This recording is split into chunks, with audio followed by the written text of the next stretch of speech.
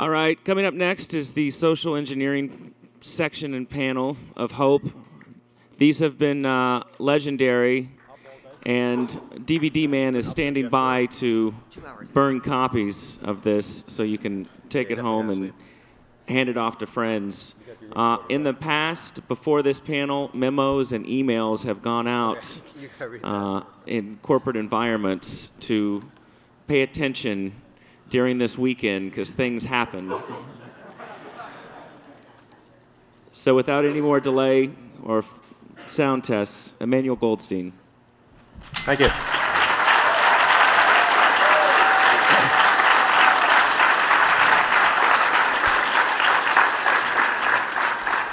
I just want to say, you know, it's an incredible amount of pressure to have to come up here every 2 years and do something clever on the phone.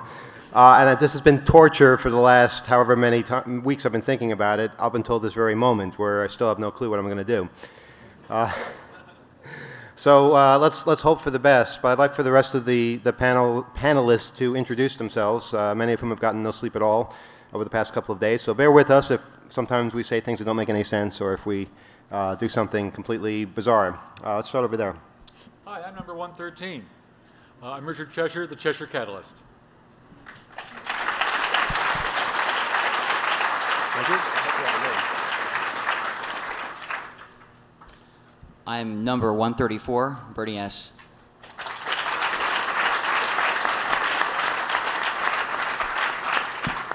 I'm number 2, Kevin.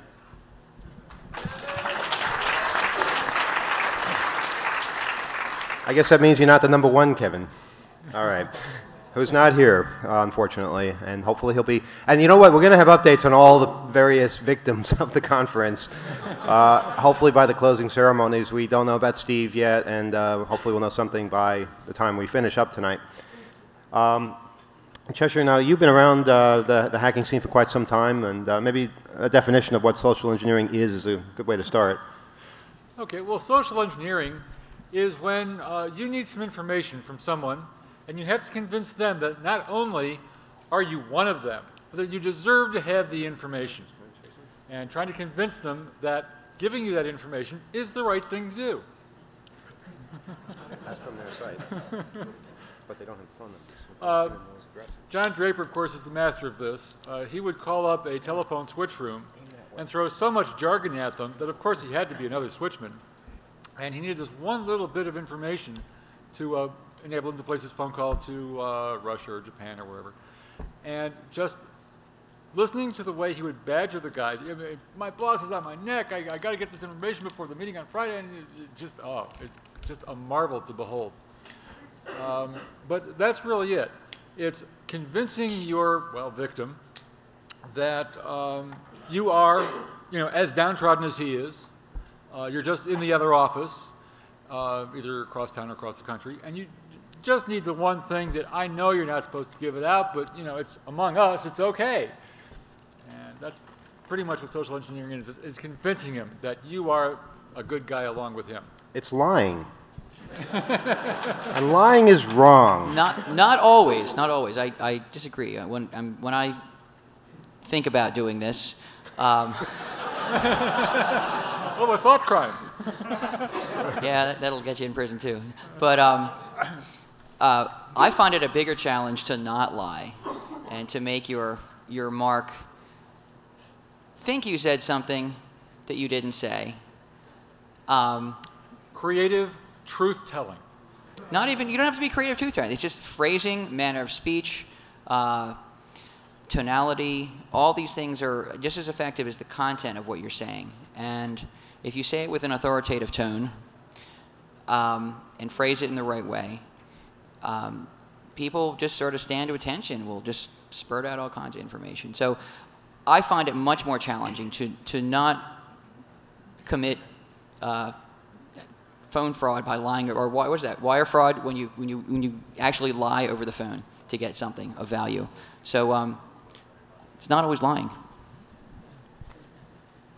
Okay, well, I mean, I have a different view as far as just lying goes. I mean, people who are complete strangers, voices in a little telephone, you don't have to tell them what you really believe, who you really are. You don't have to do things like that. You don't want to hurt these people. You don't want to make them ruin their lives or anything like that. But telling a lie to an American Express operator someplace to get information, I don't think is a bad thing. What you do with that information, of course, that's different. If you use it to harm people, that's not a good thing. But we use what we do in situations like this for fun, and to demonstrate a point, to demonstrate that sometimes the information that should be protected is the information that's least protected. I've been thinking while I've been up here. Well, actually, Bernie, you have an interesting memo from the hotel, is it?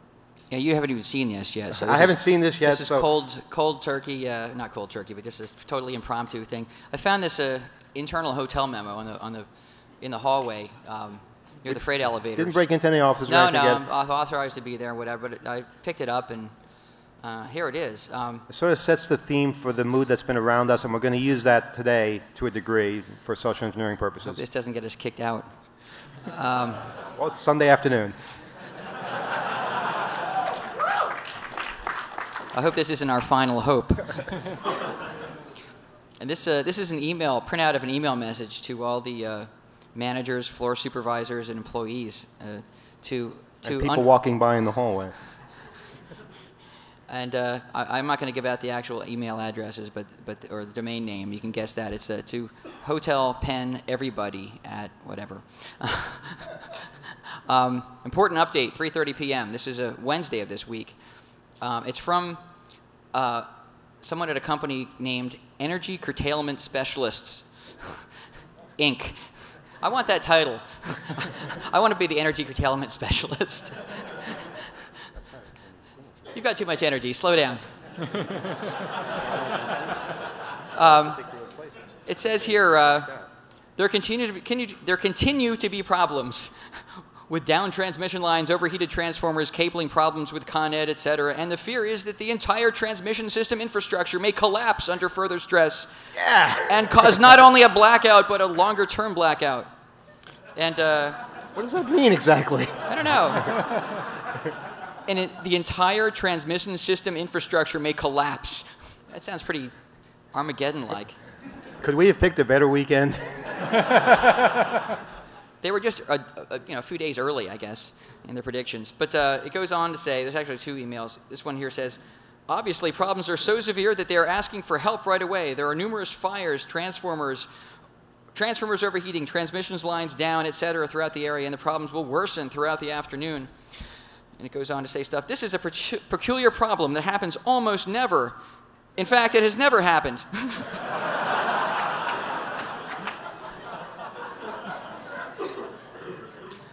So I'm wondering if somebody from Energy Curtailment Specialists who can issue these kinds of dire warnings and commands to management at the hotel and other places, if someone from this company were to call and request some information. Don't look at me. I'm working on something here, so you guys keep going. You're not even listening.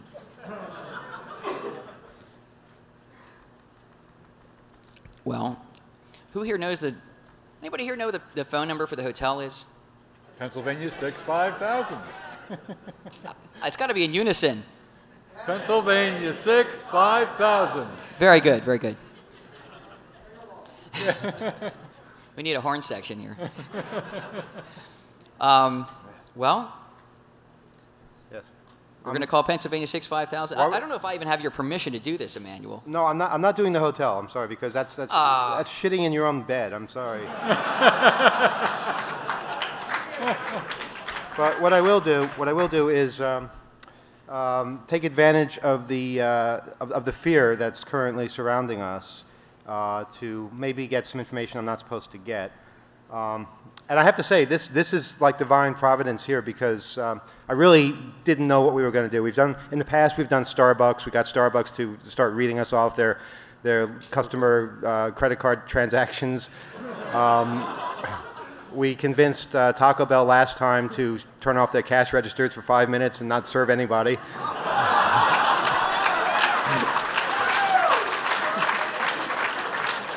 A few years ago, we managed to transfer ourselves to the PA system of, I think, a Kmart and tell all the sharpers that everything in aisle 7 was free.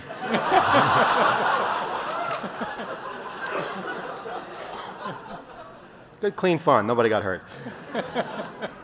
Okay, but what I'd like to do today is focus on what everybody in the city is talking about. Now, Bernie, you made reference, I'm sorry, I wasn't listening completely, but you were making reference to all the power problems. You guys aware that for the last 7 days, there are places in Queens that have had no power? Queens being the borough right across the river. It's unbelievable. It's like they forgot how to do it. They forgot how to provide power to these places. Our power company is called Con Edison. Their first customer must have been named Edison or something. I don't know. But I think con is the definition term here. yeah, they're not the most popular entity in the city right now. So what we're going to do is we're going to call a place, a business that may or may not be affected by the power problems, but regardless, well, if they are affected, they might not answer the phone. If they're not affected, they certainly know that there is a power situation, and my guess is that they'll be a little bit more gullible, a little bit more open with information than they should be. Now, is there a way to do this without me dialing the actual number? I mean, you hearing the number I'm dialing? Yeah?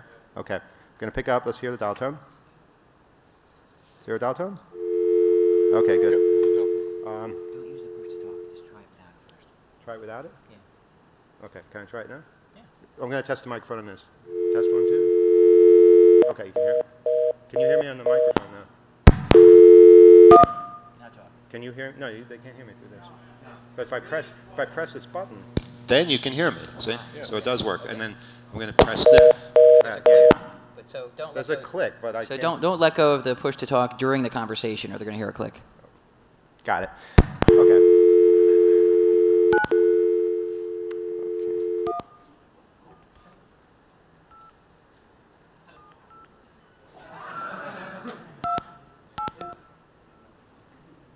Okay.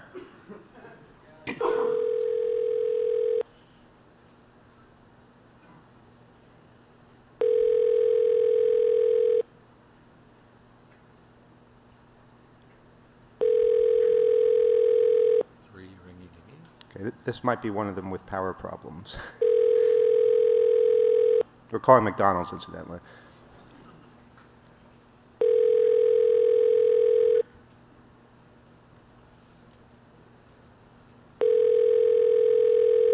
McDonald's Sunnyside, can I help you? Yes, I'm trying to find out if, I'm sorry, I'm calling from Con Edison. I'm sorry, I can't hear you. Calling to, can you hear me? I'm sorry? Can you hear me? Yeah, I know. Okay, we're having a few phone problems here. I'm calling to, we had a call into this number, and we were wondering if the foreman had been to your location yet. Okay, hold on 1 minute. Thank you. Hold on. Do I sound sufficiently bored with my job?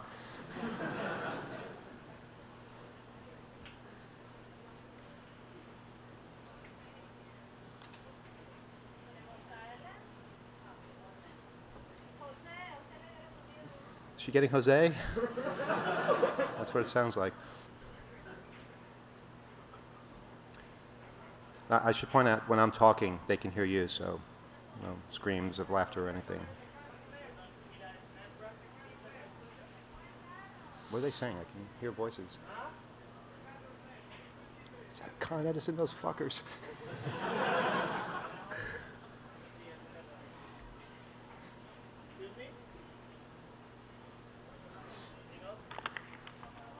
McDonald's, can I help you?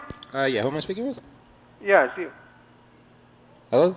Hello? Yes. Hi, is it Reginald Mitnick at Con Edison? We were calling because we had a trouble ticket opened on your location. We were wondering if the foreman had been there yet. Excuse me? We're calling about the power situation. No. Yes, we are. Is there what is the current power status at your location? You got it, I don't know. This is Betty, store manager. Are we reaching a McDonald's? Yeah. Okay, we were told that the power had been fluctuating today. Is that? Are you getting? Give me 1 minute. Give me 1 minute. Give me 1 minute, please. Okay. they're getting the mega supervisor now. I don't. So we have them at the flustered stage, like they don't know what the hell's going on. Hello? Yes. Sí, buenas? Hello, can you hear me? Yes. Okay, we're trying to fix the problem, but we need some information. What kind of problem? We understand there has been a power fluctuation. We got a call into this number, and we sent the foreman out there. The power? Yes. No, this has power over here. Okay, well then the problem might be that they didn't have the right account or something. Would you be able to verify the information for me? Let me just tell that to the manager, okay? Thank you. Dice que tiene un problema en el power de aquí. They put the damn manager on the phone. Entonces dicen que llamaron que un número tiene un problema. Entonces para ver si lo pueden arreglar. ¿Qué clase de problemas tienen aquí? Excuse me. They're saying that this the restaurant doesn't have any problems at all. Okay, well that in itself might be a problem because we have a report that your power was fluctuating, and it's possible that you might not be able to notice that yourself. Can you tell me if is every the businesses around you, do they have power? Every single one. They do. Have they had power for the last? 1 second. Yeah. Que dice que si todas las máquinas tienen electricidad. ¿Todas las máquinas tienen electricidad? Yes, every single one. The problem is in Greenpoint. Okay, but the problem has been expanding in the past couple of days. I'm not sure if you've been following the reports, and we want to make sure that we head it off before. The restaurant is in Greenpoint. I understand that, but we need to know that there are no additional problems, and we need to know if the foreman has been there and if he'll be able to get access. Oh, what you're saying is that you just want information to see what else can be fixed? It's possible that there might be additional brownouts, and we're trying to contact businesses before this happens. So what we need from you is your exact location, where your electric meter is, and additional information such as that. Do you have access to this? Que dice que si necesita saber de algún otro problema. Que si necesita saber algún otro problema que necesita, ¿no? En Greenpoint, más grande Greenpoint, I don't know. The manager says that he doesn't actually know, so he's saying that the general manager is going to come tomorrow, so maybe you can call tomorrow. Okay, but the problem is that if there is a fluctuation, it could severely damage your equipment, and we're trying to prevent that from happening. So if you could please cooperate and give me as much information as you can, we're trying to prevent that from happening. Here? I'm sorry? You're going to turn the power off? No, we're not going to turn the power off. We're trying to prevent a power surge from occurring, and to do that we need to know your exact location, where the power meter is, if a foreman has been there yet, and any other information that... Okay, 1 second. Thank you. Que dice que están buscando, hay un problema que está cerca de aquí, que es un power surge. Does he have to translate everything I said? Saber dónde está aquí la cosa de la electricidad y la dirección exacta. The exact location is 3802 Queens Boulevard, and the power is on the basement of the restaurant. All right, would we have access to that today if we were to send the foreman back? What kind of access? You mean get in here? Getting to the power meter in the basement. Oh, que si pueden venir acá. Yes, they could. Yes, you could. All right, can you tell me what your hours are so we can send somebody by? ¿Qué horas está abierto esto? ¿A qué hora está abierto esto? 24 hours. Yes, 24 hours. And there will be somebody there 24 hours. Yes. One other problem that we're having is that your account is not coming up with this phone number. We received a trouble report from this number, but we don't have a matching account. Can you tell me if there are any other phone lines there that the account might be matched to? No, this is the only one. It's the only phone number. No, only one. All right. Do you have access to your Con Edison bill? Sorry, I don't have any kind of information. If you want, you can come over here to the restaurant, okay? All right. The problem, we're dealing with hundreds of businesses, and we're just trying to make sure that they all are treated fairly. So whatever information you can give me, including names, anything like that would be helpful. I don't have any information, sir. Okay. Thanks for your help. Okay, thank you. All right. Language barriers can be real. Well, I mean, that was a ridiculous. I was like calling one in a foreign country or something where everything had to be translated. I was calling Queens. But, so, no, that wasn't the most successful of our attempts. But what we do have now is permission to go into their basement. So if I, please don't do this, but if anybody were to go over there That's 30. and say they're with Con Edison, you'd have unfettered access to their equipment down there. It might be nice to dress up, I guess, but I'll bet you don't even have to do that. What I was trying to get was more information, and I think if I had gotten somebody that I could talk directly to, I would be able to get them to go into the office, get the Con Ed bill, get the account number, and through that, maybe more phone numbers. And as you can see, there's no reason you should stay on the phone with somebody who's talking nonsense that long. But you do when there's a situation, when there's a crisis going on, you stay on the phone so that the crisis doesn't hit you in some way, and everybody has heard about this. Now, it's unfortunate I didn't call one that was closer to where the actual power problems were occurring, but probably those ones won't answer the phone at all. Any other ideas? Or I'm going to think of another one, but I got to rest now. Well, didn't they say the problem was in Greenpoint? Astoria? It's No, on the phone here. Woodside, Sunnyside, Greenpoint, Astoria, those places. Yeah. Yeah, I think Greenpoint is okay, actually. I don't think their information is quite right. But Queens along the river sounds like it's Okay. affected. We do have a Sunnyside. All right, you know what? Let's try this. Let's try this one in Sunnyside, but I'm afraid that they won't answer at all, but we'll find out.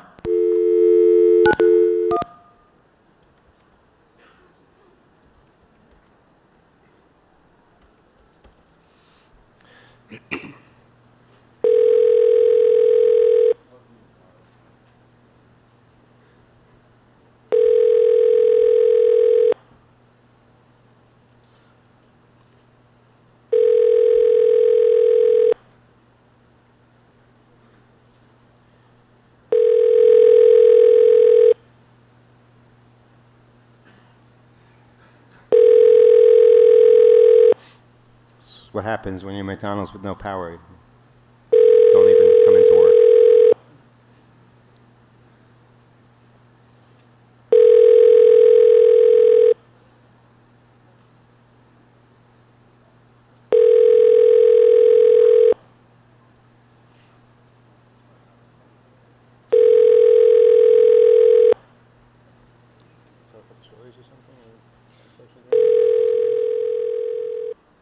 We should pursue the Con Ed. We need to call an area that's affected. I think it timed out. Okay. What?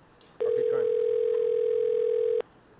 Let's keep talking while I keep trying. Is there a? Do we know for sure what areas were affected? So Yeah, we just. we need to call an area that has. That was an area that was known- affected. That's why they didn't answer the phone. known panic. Well, we could try another number in that area Yeah, that's what we're doing. Looking for that. because they're already panicking, and if they're panicking, they're liable to be able to tell you anything. Okay.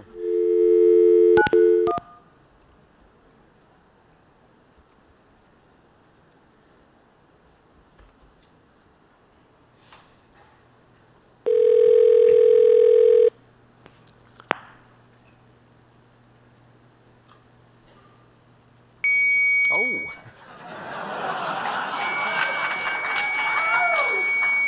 Does anybody have a modem? Well, that's not very smart, is it? Well, they have something. I'm going to hang up and call it fast. Maybe I'll bounce over to a voice line.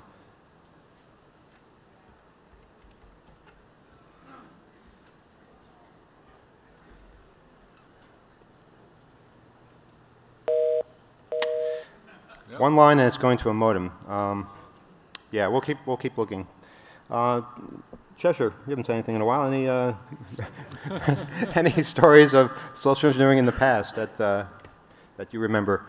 Oh, golly. Well, there was the time when, back when I was hacking the World Telex network, I had found the Twix Teletype network. TWX stands for Teletype Writer Exchange. The phone company had set it up, AT&T. It was set up with Bell 103 modems on Model 33 teletypes, and it was a completely separate network from the telephone system. Yeah. BS. Right. Well, if you dialed 212-640 and the last four digits of the Twix number, you heard the modem tone through your handset in the acoustic coupler, and you were a Twix machine. You could send a message to that machine. A number of companies, such as RCA Global Communications, ITT WorldCom, had Twix to telex converters to then carry you overseas to overseas telex machines. So I had access to every telex machine outside of North America. Well, I was greedy. I wanted North America. Western Union Telegraph had their Infomaster computer that would do store and forward messaging, where you dump the message in this special format, which was available in the front pages of the Twix directory, and they would then forward the message on to the telex machine of your choice. Well, it seems to me that with all the traffic going from New York to their Infomaster computer in Bridgeton, Missouri, that they have lines in New York to go through. Okay, so I called the wire room in Upper Saddle River, New Jersey. Hi, this is Joe in the wire room at Broadway and 40th Street. I need the backdoor number into Infomaster. What? I've never heard of such a thing. Oh, okay, thank you. Click. Let's see, what's the number for the wire room in Broadway and 40th Street? Here we are. Hi, this is Joe in Upper Saddle River, corporate headquarters, and I need the backdoor number into Infomaster. Huh? What? I ain't never heard of such a thing. Okay, thank you. And one night, sitting alone in the store, the computer store on 39th Street near 6th Avenue, I had access to an ADM3 terminal, a modem, and a phone line. So I went 212-640, and I just started punching in random things. 5555. And I hear the tone. I put the handset in the acoustic coupler. It would give me the answer back of the machine. Now, this is so that you know you're reaching the right machine, so you're not sending corporate secrets to the wrong party. So up comes the answer back. CBS Special Events. No, that's not it. IBM NYK. No, that's not it. NYK being the official telex abbreviation for New York. You know, Mormac Ship NYK. More McCormick Shipping Lines. That's not it. FBI NYK. No, that's not it. And WU Infomaster. I found it. It exists. There is this backdoor number. What number did I dial? Oh no! After 2 hours of doing this, it took me another hour to get back to that number.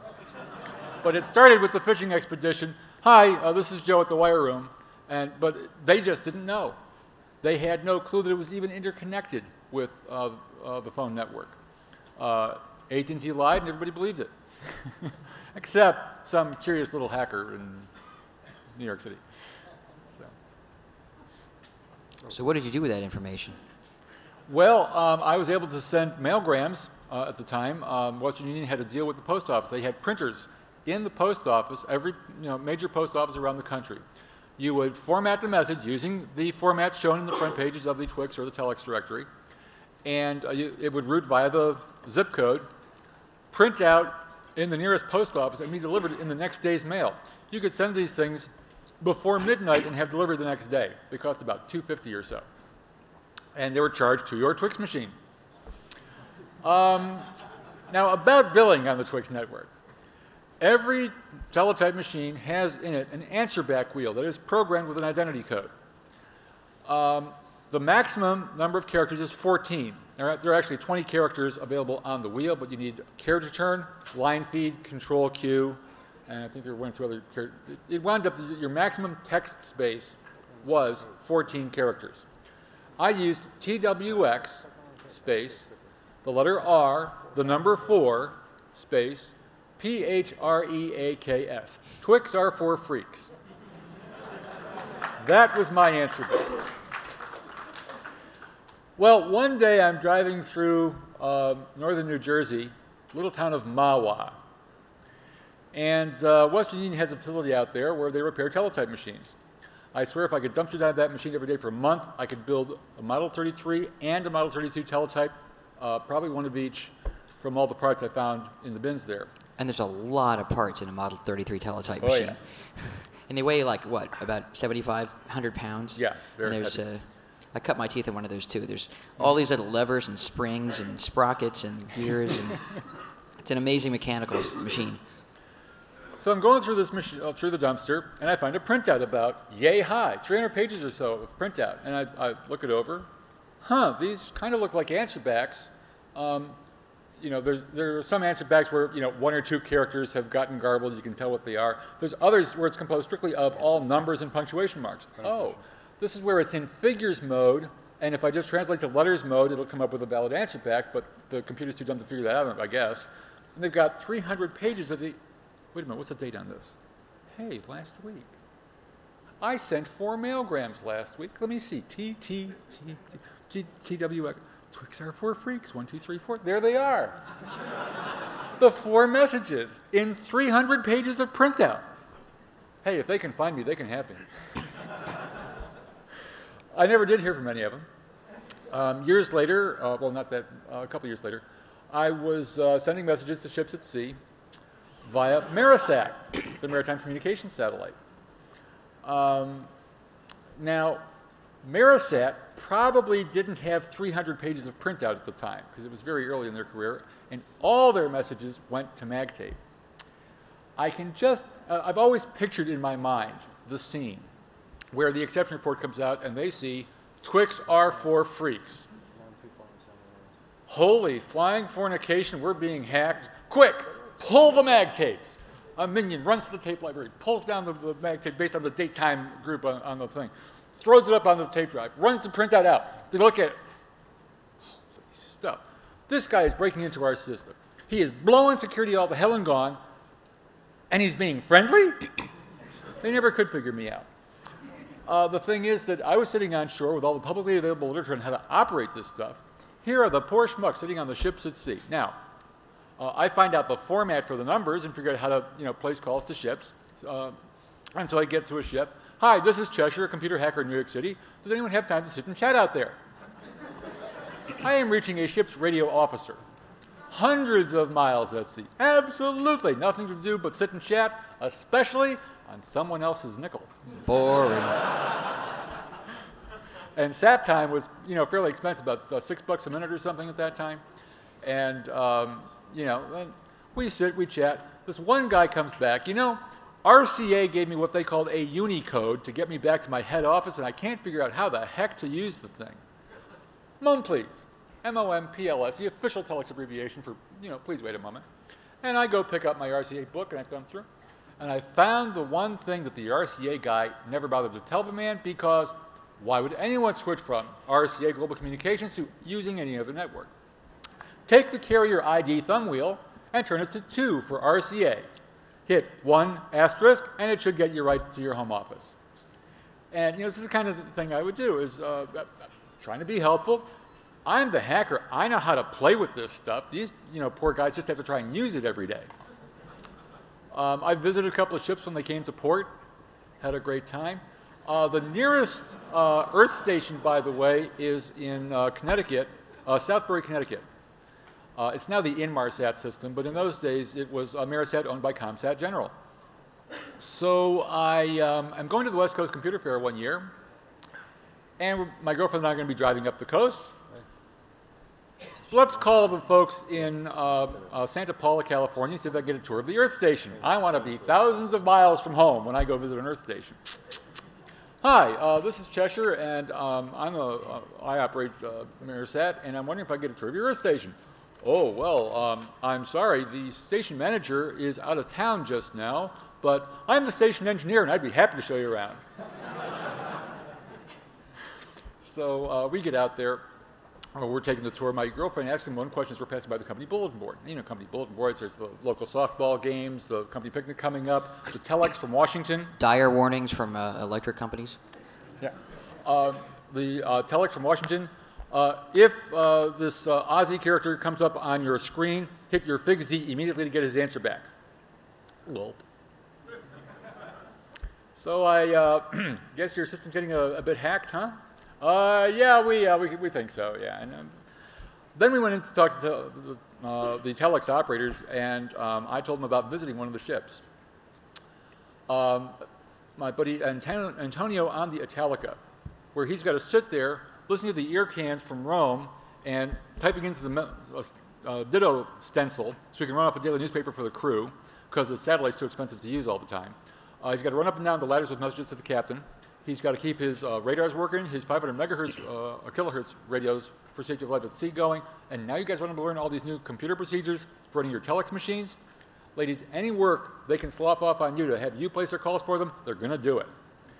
And turned to my host, who gave me this whole new look of respect because I knew what I was talking about. I'd been out to ships. And, but it was fun. Those were really great days. Okay. We found a McDonald's that actually answers the phone in the affected area, and we're going to give that a shot. And then we have a couple other ideas of other things to do. But I just want to add a quick story to that because it reminded me of something that you can basically get people to do all sorts of things if you can just convince them that you're somebody in a position of authority. And there have been some monumental examples of that here in New York where some friends of mine were able to actually call a phone company. Well, it was New York Telephone back when they were around.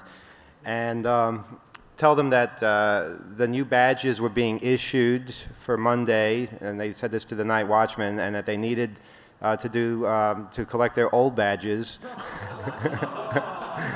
first before they could deliver them, and they would be sending a messenger around to pick them up.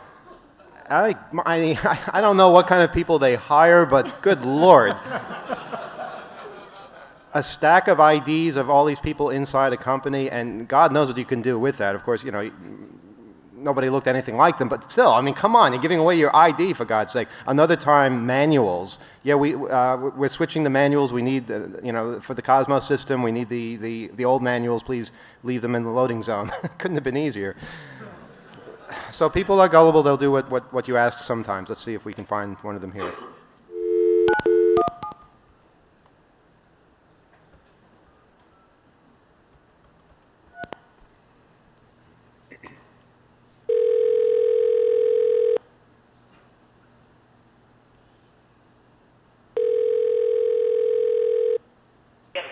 Hello, McDonald's. May I help you? Yeah, hi. I'm calling from Con Edison to confirm the power problems in your area.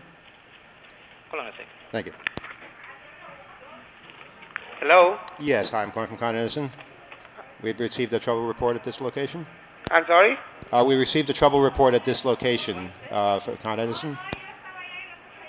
Hello? Can you hear me? Yes. What is your power situation? I'm calling from Con Edison. So now we okay. We fine. Okay. How long has the power been on? Well, I'm just the manager, but I haven't been here for the whole week. I was on vacation. I just stepped by today. But I believe that the thing happened on Monday. And until today, so we got the whole thing going on. Okay, because we have been having scattered outages in your area, and we're trying to check with the businesses there to see if it has been a problem today. Can you tell me what your exact location is? 32-55, 31st Street. It's in Long Island City, New York. Zip code 1106. Okay. And do you know where your electric meter is located? It's in the basement. And will we be able to get access to that today? Yes. Okay. And who would we speak to in order to get that access? You just ask for the manager. Do you have a name? Well, I got Lois over here. But if you come after 4, it's going to be Dante. Okay. And one other problem we had is that the phone number does not seem to match the account. Is there a different phone number there? Yeah, 718. I mean, the same phone number that you just called.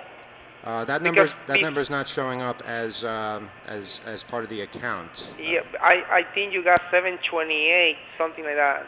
9727, right? No, that's not the number we called. Can you tell me what that number is? No, the only number is the one that you just called. Because we used to have 2 lines before, but the other line we canceled it out. We only got this one now. Okay. Would you happen to have access to your Con Edison record? Maybe we could do it that way. I'm sorry? Would you have access to your Con Edison billing records? Because we might be able to do it that way, because we can't match your location to the account. That's the problem. Well, we also got a office phone number, main office, and they're the one in charge of paying all the bills and everything. Okay. Maybe the acquisition better with that, because when I got here, we got this, this phone number, the one that you just called. This is the one we're using. I know before they also had a previous one, because this one now used to be the fax number only, and then the other one was to be the operational number, but I'm not sure. Do you have that number? Yes, but they open on Monday. 631-698.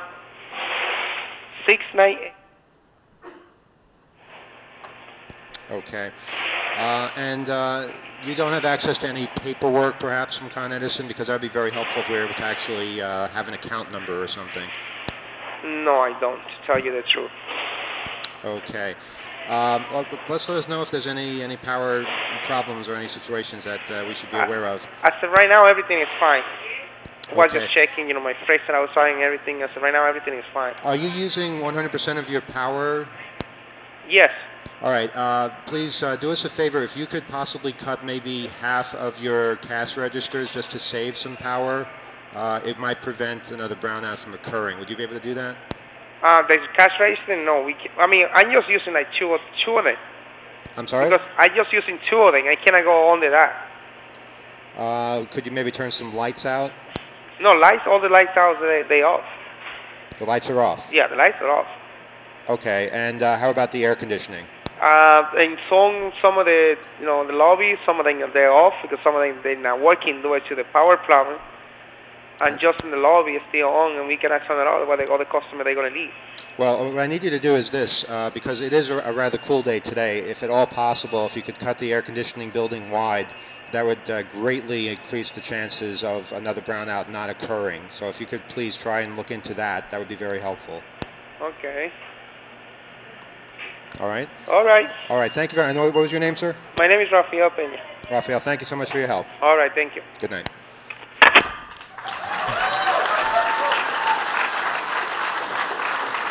So, if you'd like a warm McDonald's, you might want to visit 3255 31st Street in Astoria today and see what they do with the air conditioning.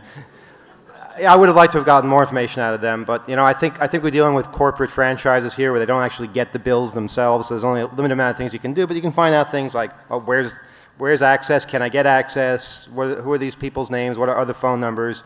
And just basically, you got to get them thinking that you're on their side, that you're working with them. And before you know it, you can be kind of obnoxious and say things like, well, I need you to do this for me. It's like, who the fuck are you? Why should I do anything for you? But that's what people do. If you ever have somebody say that to you, you are being social engineered. Cops say that all the time. People in all sorts of positions of semi-authority will say, I need you to do this. Well, that's too bad because I'm not going to do it. That's my reaction. Okay, that's one thing. We have a couple other things to try, but any other stories? Actually, Kevin, number 2, you're with an organization called Telefreak, which a bunch of cool people. They do good things. You want to tell us something about what these guys are up to, phone-wise?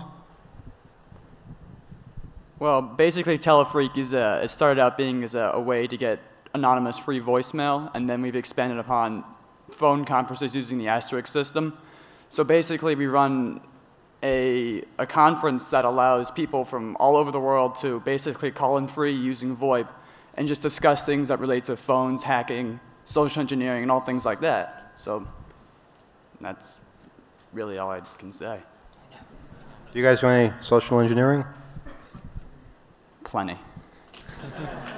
Well, go on. Give us an example of something. I'll try to find another phone number here. Well, I guess basically my greatest feat was getting an operator to think I was the fire warden and three-waying the operator, the conference, into a elevator in Michigan.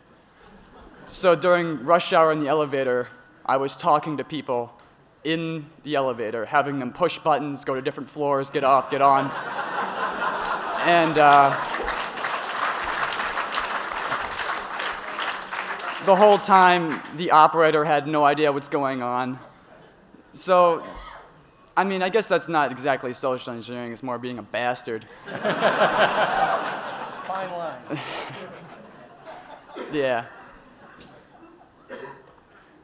Okay, well, that's educational, constructive. But yeah, you can have fun. It's like what we did with that old Taco Bell thing, where we tell people, we're having trouble, honk your horn twice for a sound check, and people just do whatever you tell them to do. Could you race your engine for us? Give the finger to the person in the window. Thank you very much. Okay, what I'd like to try now, and we are running a little short on time, and Jello is going to be coming up after us, but sometimes your best victims are the people who really should be your worst victims. And what I mean by that, I mean educated people, people who want to protect their privacy. What I'm going to try and do here is call somebody who has gone to the trouble of taking their address out of the phone book to see if it's possible to use their obvious desire for privacy to invade their privacy. And if they start to give the address, we'll of course cut it off. Let's just see how this works here, and of course cut off the phone number too.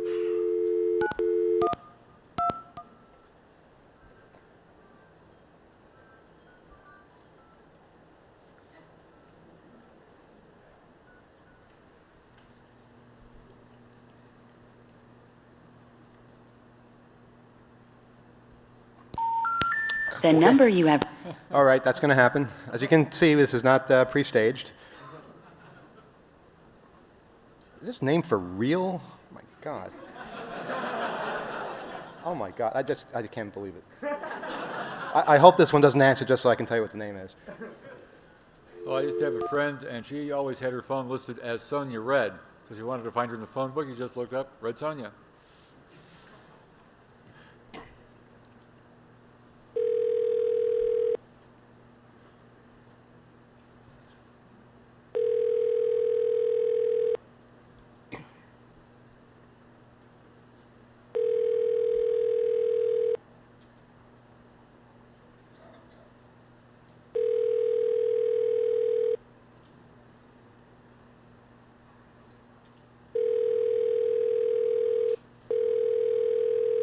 Okay, it's going to voicemail. That was the number of Joe Schmo. I kid you not, it's listed that way. All right, we have a couple more to try. Maybe they're all attending a privacy conference somewhere.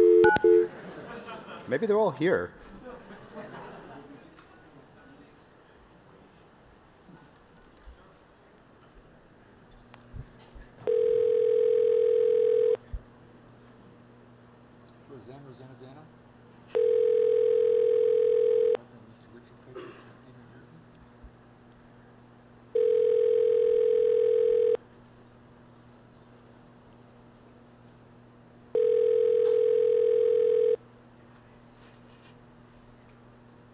Kind of silly, isn't it?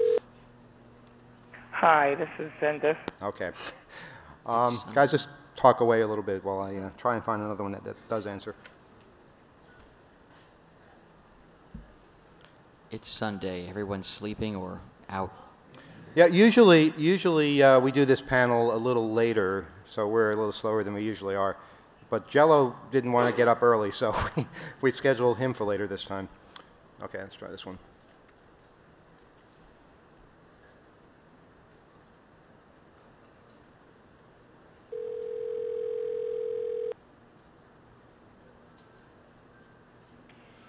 Hello.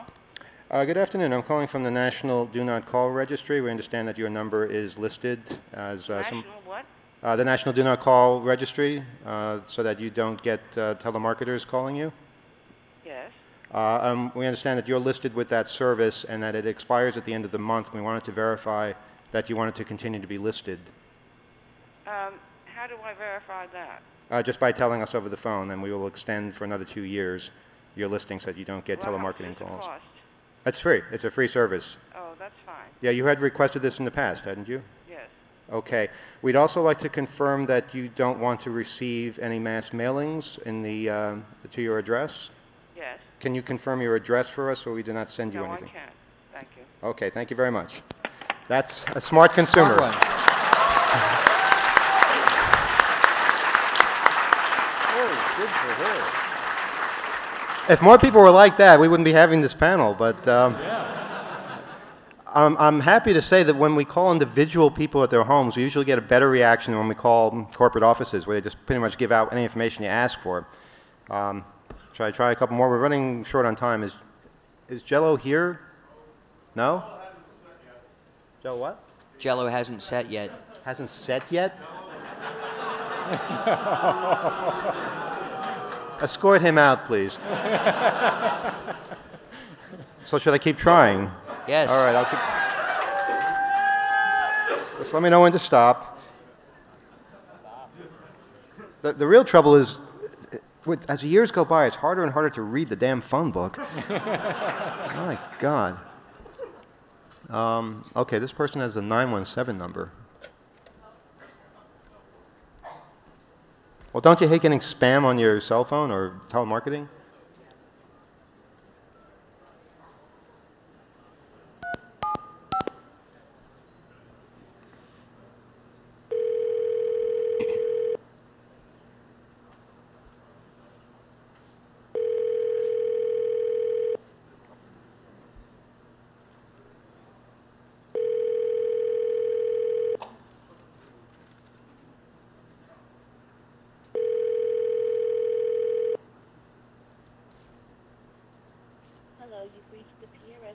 Okay. I'm going to try one more, then I'm going to say it's bad luck.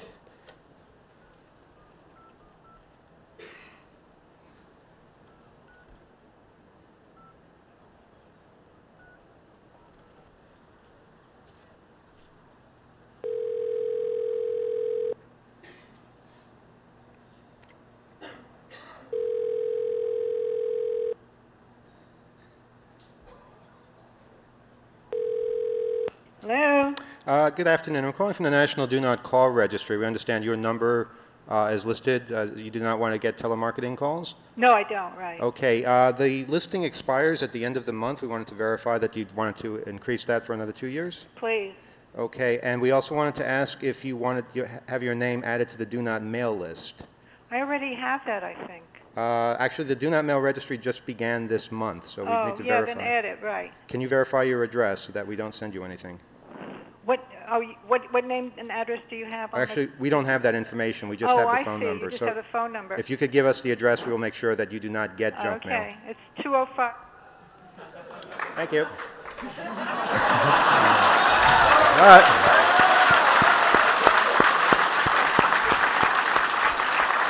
So not everybody is educated, as you can see. And this is somebody who went to the trouble of not putting their address in the phone book. I should also point out, a lot of you might not realize this. You pay for an unlisted phone, which is really silly. You're paying not to be in the book. You can simply change your name, your listed name, have a funny name, and then when somebody asks for Joe Schmo or whatever, you know they're looking in the phone book. And you can also have the address not listed, just your name, so that people won't get your address out of the phone book. And something else you should be aware of is that even when you do that, when you don't have an address in the phone book, the information operator does have that information. In fact, even when you're unlisted, the information operator can see your address. They cannot tell the person calling what the address is, but they can answer yes or no. Is it this? Is it that? Is it greater than this? Is it greater than that? And we've had many a fun evening tracking down people by having yes-no chats with various operators. Back when information was free, maybe that's why it's not anymore. There are all sorts of tricks to protecting your privacy, but the biggest thing of all is just to be aware to not let yourself get scammed. When people call you on the phone, don't give out information. Call them, and when you know who you're talking to, only give out the information that you feel comfortable giving out. And that's really, I think, the best advice that we can offer. Okay, Jello, I'm told, is going to be here in about 10 minutes. So we're going to wrap up here with maybe if people want to ask some questions, there's microphones up there. I'm all phoned out, so Cheshire, any more? Okay, we have some people here. Go ahead. Not a question, but just following up on what you just said. Sometimes you can pinpoint an address for an unlisted person. I had a friend who knew that a particular celebrity, who may still live on Barrow Street, so I won't use the name, knew that this person lived on that street but wasn't sure of the exact address. Called information, said, I want the number for XYZ on number 12 Barrow Street, and they said, I'm sorry, that's unlisted. But you just gave their address? You're not going to give the name? But she said, but I do have the right address, number 12. No, it's number 10. And I can't give you the number. So sometimes the operator, I guess now that it's mostly automated, you can't do that, but if you actually talk to a human in those places where they still are there, you can get away with it. One really cool trick that I'd like to tell people about that we actually did last year is basically making use of VoIP services and the ability to change caller ID. If you guys messed around with changing caller ID, authorities are starting to catch on to this and realize, hey, that's probably not a good thing to be able to do, and now they're making laws and things. But a lot of us still have the capability of programming switches and asterisk boxes and things like that, and basically changing your phone number. Said, hey, look, the White House is calling me on your cell phone.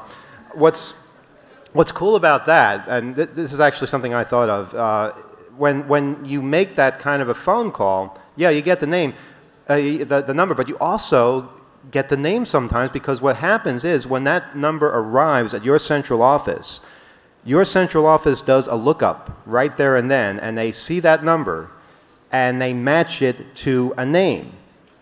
All right, now that name is not calling you, but you see the name on your caller ID device.